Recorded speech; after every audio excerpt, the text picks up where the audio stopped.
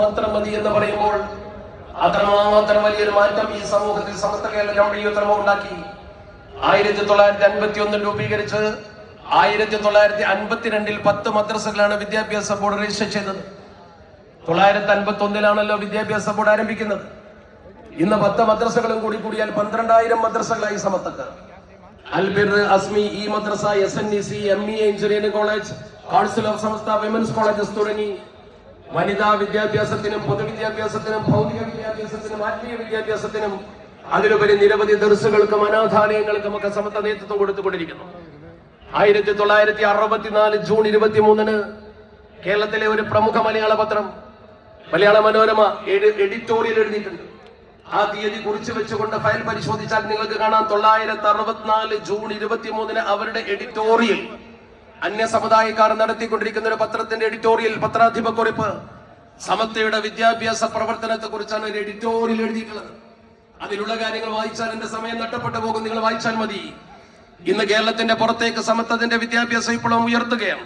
പറങ്കിപ്പേട്ട്, തിരുപ്പൂർ, രാമനാഥപുരം, വാളയാർ തുടങ്ങിയ സ്ഥലങ്ങളിൽ നല്ല വിദ്യാഭ്യാസ സ്ഥാപനങ്ങൾ സമസ്തക്ക് വേണ്ടി ഉയർന്നുകൊണ്ടിരിക്കുന്നു.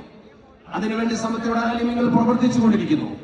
അതോടൊപ്പം തന്നെ കേരളേതര സംസ്ഥാനങ്ങളിൽ ദീനിയായ ബോധം വളരെ കുറഞ്ഞ പഠിക്കാൻ സൗകര്യമില്ലാത്ത 17 സംസ്ഥാനങ്ങളിലെ 3764 മോഡൽ സ്കൂളുകളിലൂടെ 1,52,673 കുട്ടികൾക്ക് ദീൻ പഠിച്ചുകൊണ്ടിരിക്കുന്നു.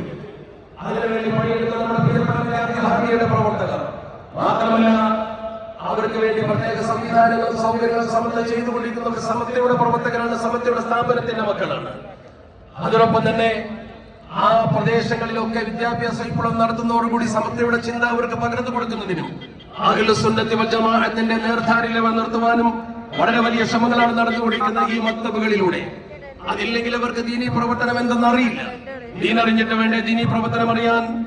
33 രാജ്യങ്ങളിലെ 500-ലധികം കുട്ടികൾ UAE റീഡ് ഇംഗ്ലീഷ് സ്കൂളിൽ പഠിച്ചുകൊണ്ടിരിക്കുന്നു. അറബ് നാട്ടിൽ പോലും അവിടെ വന്ന് ജോലി ചെയ്യുന്ന അന്യ പ്രദേശങ്ങളിലെ ആളുകൾക്ക് അന്താരാഷ്ട്ര നിലവാരമുള്ള സ്കൂൾ നടത്തുവാൻ വരെ, മതവിദ്യാഭ്യാസം പകർന്നു കൊടുക്കേണ്ട ആവശ്യം നിർവഹിക്കാൻ വരെ നമ്മുടെ സമസ്ത കേരള ജംഇയ്യത്തുൽ ഉലമ വളർന്നു. UN പ്രബന്ധം അവതരിപ്പിക്കുവാൻ സമസ്തയുടെ പ്രവർത്തകർ പോയി. ഓക്സ്ഫോർഡ് യൂണിവേഴ്സിറ്റിയുടെ ഓൺലൈൻ എഡിഷൻ തിരുത്തുവാൻ സമസ്ത കേരള ജംഇയ്യത്തുൽ ഉലമയുടെ പാഠ്യപദ്ധതി അനുസരിച്ചുകൊണ്ട് വളർന്നു വന്ന സുന്നത്ത് ജമാഅത്തിന്റെ പ്രവർത്തനത്തിന് സാധിച്ചു.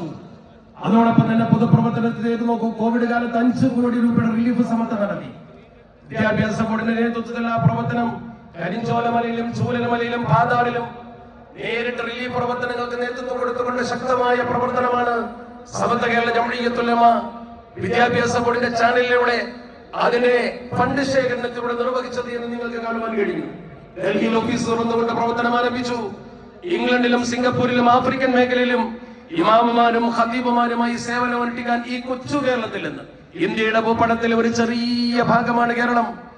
ഈ കേരളത്തിൽ നിന്നും ആളുകൾക്ക് പോകാൻ കഴിഞ്ഞു, അവർക്ക് പ്രവർത്തിക്കാൻ സാധ്യമായി. പരിശോധിച്ചാൽ നമുക്ക് ബോധ്യപ്പെടും. GCCയിൽ ഉയർന്ന തസ്തികയിൽ ജോലി ചെയ്യുന്ന ആളുകൾ, ഒരുപാട് വിദേശ രാജ്യങ്ങളിൽ ജോലി ചെയ്യുന്ന കുട്ടികൾ, ഇതൊക്കെ സമസ്ത കേരള ജംഇയ്യത്തുൽ ഉലമ സംവിധാനിച്ചെടുത്തു. 1 ലക്ഷത്തിൽ പരം ആലിമ്യങ്ങൾ കേരളത്തിൽ പ്രവർത്തിച്ചുകൊണ്ടിരിക്കുന്നു. അതുപോലെ 12 ലക്ഷത്തോളം കുട്ടികൾ മതം പഠിപ്പിച്ചുകൊണ്ടിരിക്കുന്നു. ഭൗതിക മേഖല പരിശോധിച്ച് നോക്കുന്ന ബ്രിട്ടനിലെ എഡിൻബറ യൂണിവേഴ്സിറ്റിയിൽ ചരിത്ര വിഭാഗത്തിൽ നമ്മുടെ വിദ്യാർത്ഥികൾ അവിടെ അധ്യാപകരായി കയറി ചെന്നു. ഫുൾ ബ്രൈറ്റ് സ്കോളർഷിപ്പ് നേടി UK-യിൽ പഠിച്ചുകൊണ്ടിരിക്കുന്ന കുട്ടികൾ, ഡാഡ് സ്കോളർഷിപ്പ് നേടിക്കൊണ്ട് ജർമ്മനിയിൽ പഠിക്കുന്ന കുട്ടികൾ, നെതർലൻഡ് യൂണിവേഴ്സിറ്റിയിൽ പഠിക്കുന്ന കുട്ടികൾ, അതുപോലെ തന്നെ ദേശീയ തലത്തിലേക്ക് നമ്മുടെ പ്രവർത്തനങ്ങൾ വർദ്ധിപ്പിച്ചു. ഇപ്പോഴും ഓർമ്മയുണ്ട്, 3.5 കോടി മുസ്ലിങ്ങളുടെ വെസ്റ്റ് ബംഗാളിൽ SFF മൊഹല്ല കോൺഫറൻസ് നടത്തി. കേരളത്തിൽ നടത്തുന്നത് പോലെ മഹല്ലുകളിലെ പ്രതിനിധികളെ വിളിച്ചുകൊണ്ട് അവിടെ വലിയ കോൺഫറൻസ് നടത്താൻ കഴിഞ്ഞു. അതുപോലെ തന്നെ നമ്മുടെ കേരളത്തിൽ വിവിധ മേഖലകളിൽ വലിയ പ്രവർത്തനം നടത്തിക്കൊണ്ട് മഹല്ലുകൾക്ക് ദിശാബോധം നൽകിക്കൊണ്ട് പ്രശ്നങ്ങൾക്ക് പരിഹാരം നൽകിക്കൊണ്ട് സമസ്ത കേരള ജംഇയ്യത്തുൽ ഉലമ വർണ്ണ മനോഹരമായ പ്രവർത്തനങ്ങളാണ് നടത്തിക്കൊണ്ടിരിക്കുന്നത്. ലോകതലത്തിൽ ശ്രദ്ധിക്കപ്പെടുന്ന വിദ്യാർത്ഥികൾ നമുക്കുണ്ടായി.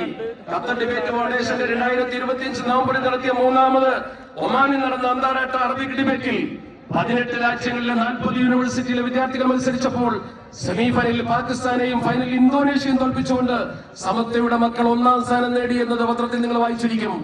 അത്രമാത്രം ഉയർന്ന മേഖലയിലേക്ക് നമ്മുടെ വിദ്യാഭ്യാസ വിപ്ലവത്തെ ഉയർത്തിക്കൊണ്ടുവരാൻ ഈ സമൂഹത്തിന് കഴിഞ്ഞുവെന്നത് നമ്മുടെ കേരളത്തിലെ സാധാരണക്കാരും ഉലമാക്കളും ഉമറാക്കളും കൂട്ടുചേർന്ന് പ്രവർത്തിച്ചപ്പോൾ നമുക്ക് അല്ലാഹു സുബ്ഹാനഹു വ തആല നമുക്ക് ഏറ്റവും നേട്ടമായി കാണുന്നത് സമസ്തയുടെ പ്രബോധകർ, സമത്വയുടെ പ്രബോധന പ്രവർത്തനവുമായി ലോകത്തോട് സംബന്ധിച്ചുകൊണ്ടിരിക്കുന്നു.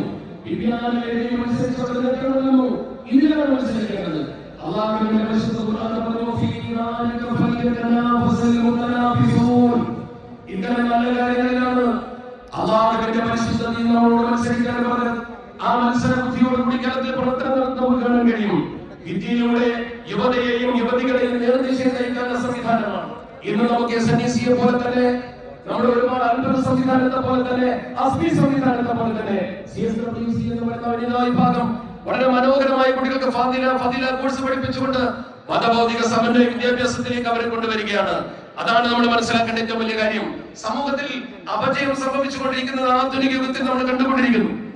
2 ദിവസം മുമ്പ് പത്രത്തിൽ വന്ന പ്രധാനപ്പെട്ട വാർത്ത എന്താ? യുപിയിലെ ഗാസിയാബാദിൽ 3 കുട്ടികൾ ഒരു ഫ്ലാറ്റിന്റെ 9ാം നിലയിൽ നിന്ന് ചാടി മരിച്ചുപോയി.